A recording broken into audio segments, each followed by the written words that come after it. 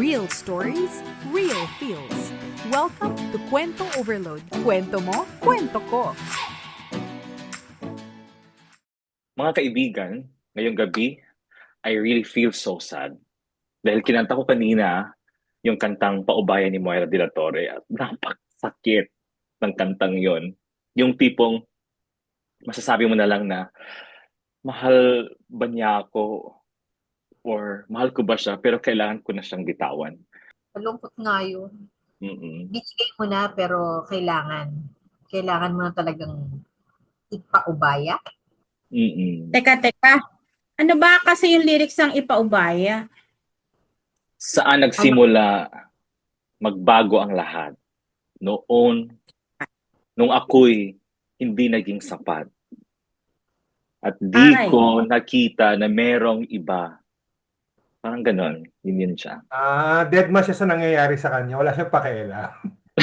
Ganun ba Eh, yun? di ba mamahalin Sobrang pa rin niya? tiwala. Mamahalin pa rin niya kahit from afar na. Yung parang unconditional love. Ganun ba yun? Yung paubaya. Di ba? Yung parang Pwede. na pinibigay mo na. You're letting it go pero actually mahal mo pa.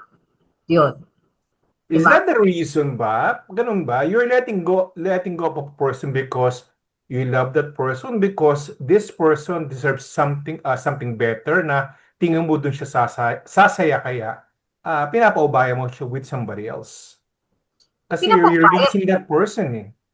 Yes, pero I'm not agreeing na better person lagi. But what if I feel like I'm also a better person? Eh, bakit mo i-release? Isa, yun ang tingin kasi niya. Pero for me, I feel like I'm a better person naman. It's just that yun ang Of decision course, niya. yes. Yun ang decision niya na aalis na siya or ibibigay mo na siya dun sa taong yun. Pero he doesn't know or she doesn't know yet kung better person nga yun. Pero hindi laging linya na you deserve someone better. Eh, ikaw lang mismong tao, you are a better person, di ba? You would consider Yes, yeah, I agree. better. Yes. Parang pangit na rason na Kasi, deserve someone better. Eh, ako better naman ako So, pero ayaw na niya. it's selfless love. Yun ang binibigay niya. Ganun niya kamahal. Sa lahat ng ikasisiya ng kanyang partner. Oy, ang hirap nun sa totoong buhay. Yung Kerry. Lalaban ko, no? Malabal ko. Lalaban mo? Oo naman. Lalaban ko kung Kalaban tingin lang. ko meron siyang pag-asa. Eh, kung hindi ka na Pero gusto. tingin ko meron Parang lang wala siyang kang isang bagay pag-asa. na gusto dun sa isa. Di ba? Kung Hindi meron ka lang na siyang gusto. nagustuhan sa isa. Hindi, pero sa totoo lang, ayoko.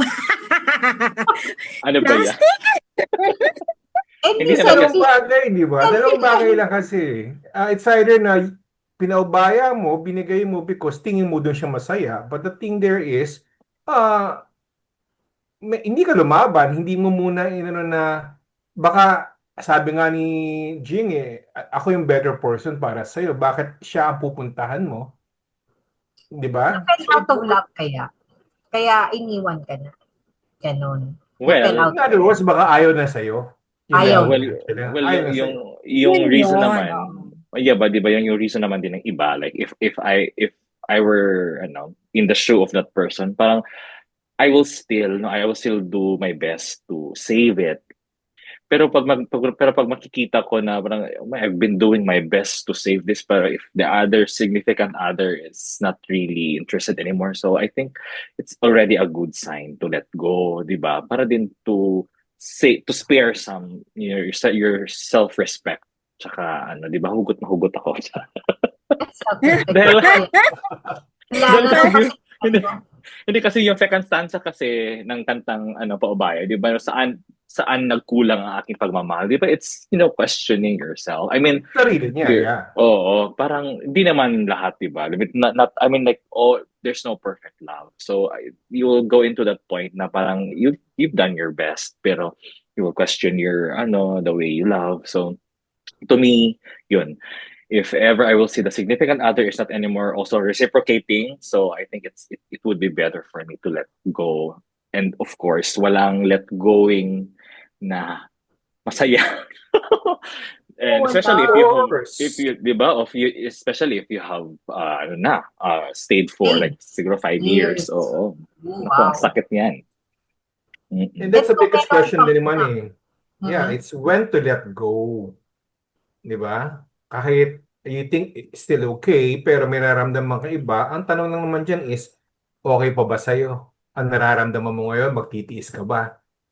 It's easier for us to say na, sige, pag ayaw mo mainit, alis ako. Ganun naman, di ba? Pag mainit, hanap ka ng sisilungan. So same thing sa relationship. If you're not feeling good about the relationship, why stay there? So ginagawa ng iba talaga, ginagawang rason yan for them to look for a different person. A greener So, pasture ba? Eh, uulit lang di naman sa naman simula greener yun. pasture. Kasi it Uulit worked lang both yun. ways eh. Di ba? Ang galing mo, humanap ng iba, mauulit lang sa start one yun eh. Ganon din sa una, masaya. Bandang dulo, pag umabot na sa conflict, sa commitment, ayaw ka na ulit. Sa hanap ka naman ng bago. Eh, yun naman talaga yung cycle nun. It's just that you cannot adjust to that commitment. Pag nagiging growth na pinag-uusapan, ayaw mo na. Pero, Mhm. nalalayo ako. Ang point ng And paubaya is that selflessly, hayaan mo siya maging masaya. oo. Ibibigay mo Yeah, yung saya kahit hindi agree. ikaw yung saya ay hindi ikaw ang kasama. Yun ang paubaya. Yun talaga yun. Yeah, and then also to add na, in relation to the song, when the question is when is the best time for you to let go? When the answer is that when the joy is already replaced by pain. Di ba? Kasi if you're in love, I mean, you're in the cloud nine. Tapos if puro sakit na lang yung ano mo, yung nafe-feel mo, 'di ba? Every relationship has its ups and downs. But if yung hurt talaga is, being overweight than the happiness, I think it would be best to call it. It outweighs, right? Mas mabigat yung Oo. sakit Kasi rather naman than the pangit. happiness. Oo.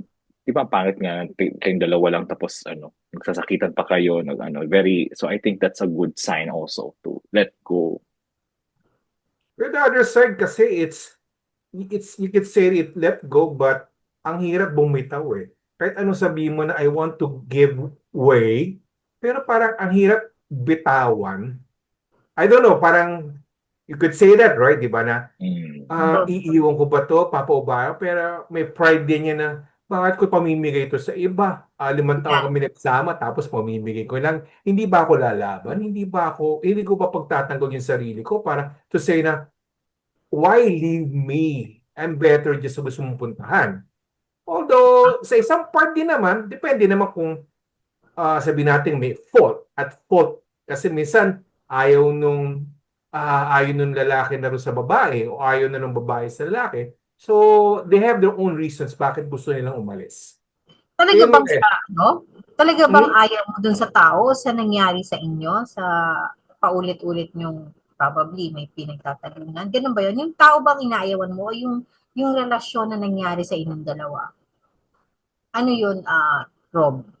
Ano yung inayawan ng lalaki dun sa babae? Yung mismong person? Kasi Sa pag person, perspective may kasi ng nahanap siyang guys, third person. yeah, Perspective mahirap ng lalaki. magsalita eh. Sige, go ahead. Go Mahirap ahead. sa side ng guys. Sige mo. Ibigay mo yan. Hindi ako to minsan mga nababalita ko sa mga Malamang si Magno yan sa kanto. Sige, go. hindi. Maraming reason kasi why, guys. Hindi ko nilalahat ng lalaki. Iba-iba naman kanya naman sila ng rason. Ayun mo For ba? one is idealistic yung lalaki, kaya hindi na niya yung parang ideal girl for him. Kaya pag nawawala yung love niya for that person. Meaning, doon lang nakabase. Pero kumbaga sa barko, kung nakaangkla ka sa mas malalim, kahit anong unos yan, hindi yan gagalaw. So, ang Ayun. relationship nyo is based on, ang ganda niya eh, kaya ako gusto siya. Babaw Or nun. ang ganito, kanyari, yung cute niya, or kaya, mapagbigay siya, or kung gano'n ang kababaw, one way or another, it would tends to talaga na mawala. It would fade. You'll take, Sure. I don't know, a month, a year, That would swerte fade. mo kung a year. Pero kung mababaw talaga, hindi siya tatagal. Maghahanap because may makita yan na mas maganda, mas mabait, mas mayaman, mas, Mas maintindihan, no? mas Oh. cute. Kasi, Pero 5 years eh. We're talking about 5 Rob, years Hindi to 1 year 5 years ang sinasabi nila. pero kasi, paano makakakita kung nakakulong siya sa'yo? Parang sa halip na mabukas yung mata niya sa iba, ang mundo niya sa'yo lang. Pero That's a hindi different naman thing. na natin nasa-satisfy yung isa't isa. Kumbaga may kulang na, hindi lang niya, wala siyang makitang iba kasi kulong na siya. 'Di ba? So, parang kung Define ikaw, alam mo kulong. na hindi mo nabibigay Yeah. sa kanya yung dapat din na para sa kanya, Eh, let bakit ba? him or let her go. Baka meron pang mas magandang pwedeng Oh. mangyari sa buhay niya. Define Yeah. The question is that why would you be kulong? Like in what aspect ba? Pag Like, ginusto nyo magkasama. may utang ka ba? Ano ganyan ba? Oo. Hindi. Kasi, Anong kulong ba yan? Hindi, ano hindi. lagi kayong kasama mo? Pag aalis, may lakad tayo, sila lang lagi yung magkasama. Pag may gathering, sila lang yung magkasama. Pag merong lalabas yung barkada, ikaw pa rin yung kasama, 'di ba? Parang nandun lang siya. So wala siyang nakikita outside of your world, parang That ganon. bad? Kaya hindi nawawalan din siya ng choice. Pero the truth is, hindi na naman nag-grow yung relationship ninyo. Parang maybe one of you is becoming parang obsessive na or na do sa relationship. Kaya kulong na siya. Ganon. Yeah. Pero meron pa siyang gustong ma-achieve, kaya lang hindi na niya magawa. Kasi parang siya rin, takot na rin mag-let go. Maraming ganon eh. Takot nang mag-let go dun sa relationship kasi takot mag-isa. 'Di ba? Takot na mag-explore dahil akala niya ito na lang yung pwedeng magkaroon siya at meron siya. Well, that's the other side of the story. I am not expecting you all to agree, pero that's one fact na Yeah, you could say pwedeng that. Yung nawala ng confidence na para bang ayaw na niya to explore, makipagkilala siya. But that's just only one phase. The other one is kaya ayaw niyang lumabas. Yung term nila na exclusive, right? Kumbaga, this is so, I'm not saying this is so Filipino or this is so na pag tayo, walang iba. Yun ang ideal eh. Maniwala, di ba? Pag nakakilala ka ng ka-relationship, especially mga idealistic, sabi niya, ay sana siya na lang, wala nang iba, kami na magkatuluyan. So gusto niya agad from that scenario na iikot lang ang buhay niya dun sa tao lang. Kaya kung may dumating na iba, naggagalaw, nagigiba ang structure. Hindi ako naniniwala dun sa ganun. Hindi kasi siya chosen, kaya ganun. Mababaw yung kanilang foundation. Kasi kung chosen siya, may dumating sa hindi. Hindi na yan titingin eh. Hindi na yan gagalaw eh. That won't be shaken. Hindi niya entertain yun kung sino man yung darating. May mas maganda man, sabi mo nga, may mas maganda, mas mabait, mas mayaman. Di na eh, kasi chosen ko na to eh. I go for this as a commitment. Ngayon, yung growth na sinasabi niya, yung isa hindi nag-grow, yung isa nag-grow, kukulong siya, I understand that pag sumama kayo sa partnership or sa relationship, you both are helping each other to grow. So, anong help ang ginawa ng isa? Kaya yung isa hindi na nag-grow. I'll give you one example. I can just butt with it. Kumbaga, just to reason out. There's one situation, nag-away yung dalawa, may sakit yung guy. Okay? Ang sabi ng babae, huwag kang sama na sama dyan sa mga barkada mo. Sa mga friends mo. Bakit? Pag nagkasakit ka ba, sila ba mag-aalaga sa'yo? So they won't. Hindi sila mag-stay para alagaan ka. Ako pa din ang mag-aalaga sa'yo. Yun yung sinasabi na exclusive. Diba? Kaya minsan, yun yung mga selos, pagdating sa mga friends, umaabot sa gano'n na, barkada mo na ng mga kasama mo o iba na ng mga kasama mo pero wala ka ng panahon sa akin. So that's the other side, di ba? May mga ganun din situation eh. Which nangyayari. Yeah, well, I also see that kind of ruling of a relationship or ano yan, the kind of relationship which is very controlling. Di ba? I mean, why would you say that to your partner na parang, di ba parang you're counting, di ba parang nag-aano ka? Parang sino ba mag-ano sa'yo? Bakit, di ba, these are your friends. I mean, hello. Competition na yan. Wala nang balance yun. O, di ba? Yeah. Because if you're in the right person, I mean, the right person will really respect you. Oh, sige, go with your friends. And then, I think, it all goes with balancing between you and your significant other as well as going out with your friends. Para na di naman din magre-revolve yung time, yung world mo sa ano mo lang, sa Alam, partner mo lang. oo. So, pero I see that very controlling. And if ever to happen to me, parang, excuse me, why are you Ang dictating me? Why are you Yun nga dictating yung me? growth. Walang growth ng laging kayo lang, di ba? You come to socialize with other people, nandun yung growth. So, balansehin nyo yung minsan, meron ka rin lalabas ka, minsan din, kayo lang. Parang, yun, nakikita kong parang balance. Kasi pag ganun, selfishness yun. Kasi akin ka lang. Yeah. Yun Kailangan yung din mo mga makausapin. selos, di Akin ba? ka lang. Ako lang. Yun, tama. Selos. So, Sobrang selosa. That's Yun not nga wrong. lang bad ni kasi, Jean, kasi sa society natin, balance will come after. The first thing that Yeah. happens during an early relationship is you should be exclusively because sinugot kita, ako ngayon ang boyfriend mo, ako ngayon ang girlfriend mo. That's the first thing. And balance will only come after. That you will realize na hindi pala healthy kung kayo-kayo ng dalawa lang ang magkasama at you don't explore, you don't yung friendship nyo it doesn't stay as friendship kasi they live out friendship after naging sila eh. It's better to stay as friends rather than pag naging kayo hindi na kayo friends eh. Kasi pag friends nasasabi mo sa friend mo yung oy friend ba't ganyan, pero pag girlfriend mo sinabihan mo nakasimangot na yan. You agree, right? May mga ganung situation eh. O pag ganito na sabihan mo ay nagmamaktol na yan. So, pero pag friend mo, you could say that. Yun ang diferensya, being a friend. Kaya ako, pag may ex ako, friend ko pa rin sila. Talaga. Talaga, ha? Mga ilan yung friends mo? Buti nila hindi nanonood ng girlfriend ko ngayon. Hindi na. Padadala natin ang link. Sa akin lang, wala naman sa number of years to, no? Pero nasa level na nga ba kaya naisip na magpaubaya? Kaya natuto na magpaubaya. Siguro yung mga first stages, hindi mo pa mararamdaman magpaubaya kasi Yeah. kaka-introduce pa lang ng isa't isa. True. Pero pag nag 5 years, hindi sa number of years, pero kung nag second level na sila na dapat maintindihan niya, hindi ka lang sa akin, pwede ka pa rin sa ibang go out or something. Pero you know your limitations, your boundaries. Yeah. Napag-usapan niyo na yun. And then yung pagpapaubaya, doon dumadating na yung pag nakakaintindi ka na hindi na talaga kayo nag-workout eh. Pero alam niyo bang matagal ang babae umalis kaysa sa yung plan ng babae umalis or magsabing mag-let go? Meron siya talagang stages. Hindi yan basta tomorrow, ayoko na. Alis na ako. Hindi. Hindi gano'n na Di ba babae. Pero- ganun? Nagising lang? Pero pag nag-decide ang babae, yun na yun. Matagal maka-move on. Pero pag once na nag-decide na siya na ayoko na. Ganun. Gusto ko yung mga Samahan ka pa ganyan, niya. Hugot Samahan ko ka pa rin.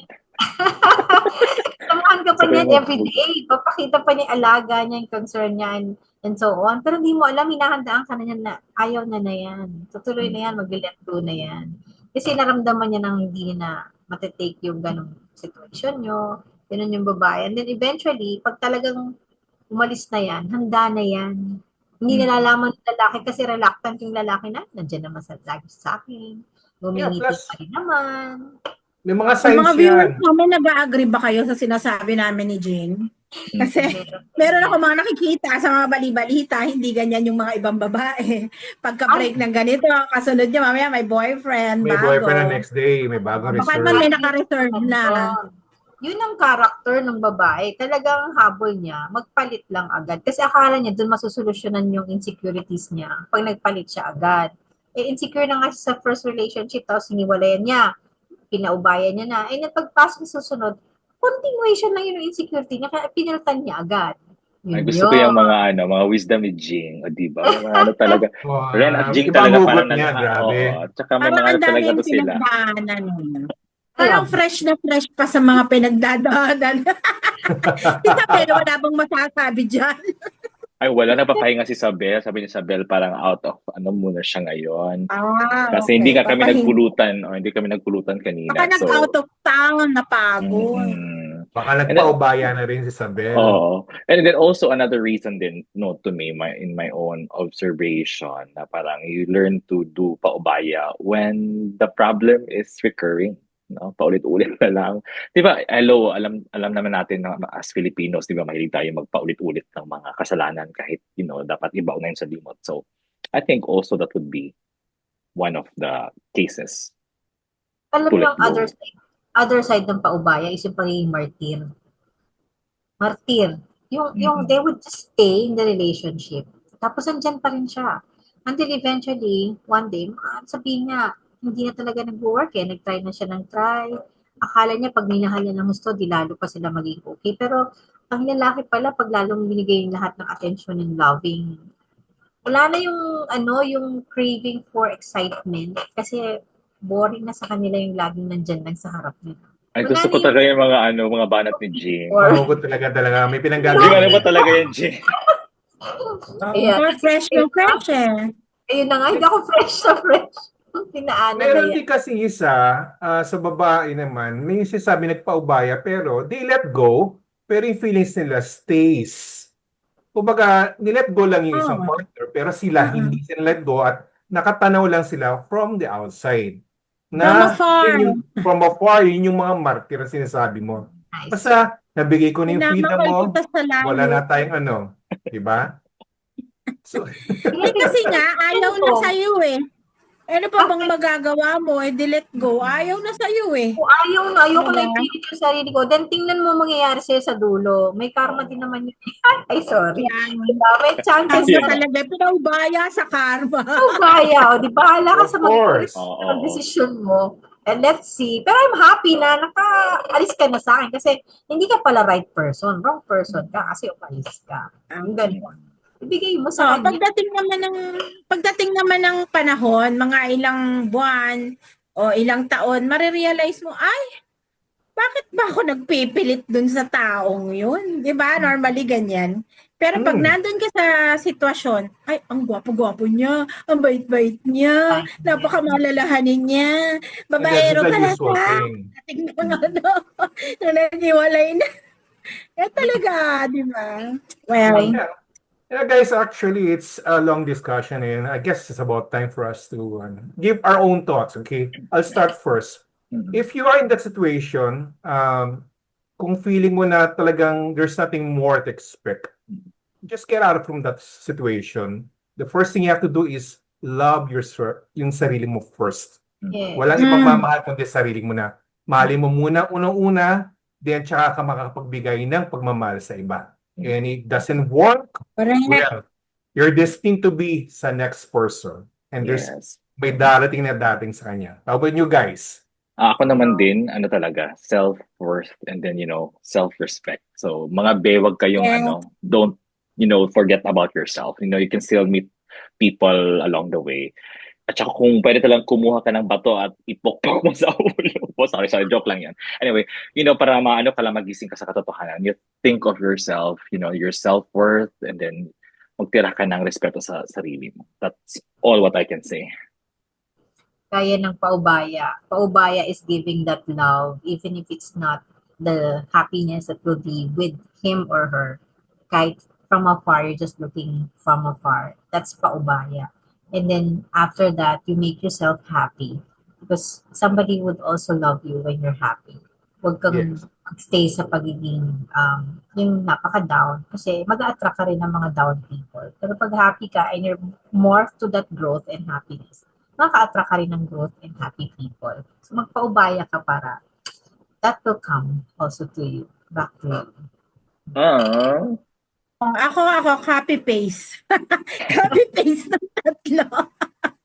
Tama na you have to love yourself. You have to be whole before going into a relationship.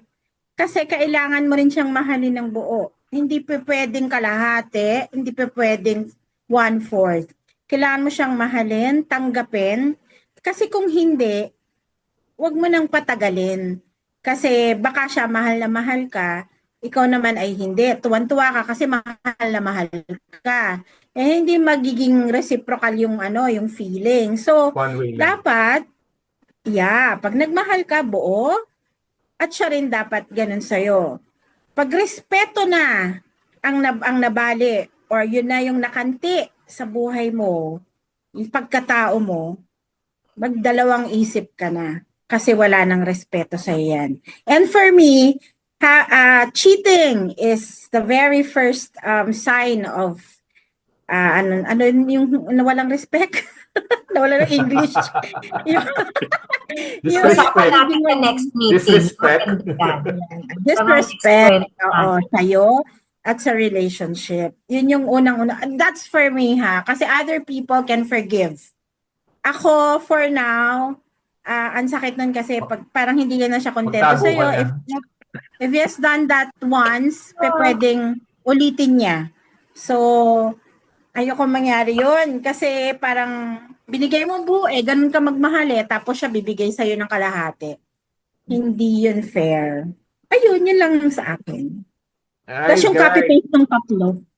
Okay, kaya guys, di ba? We've heard. Oo, Can I, di ba we've heard? before, can I just add one before we end up?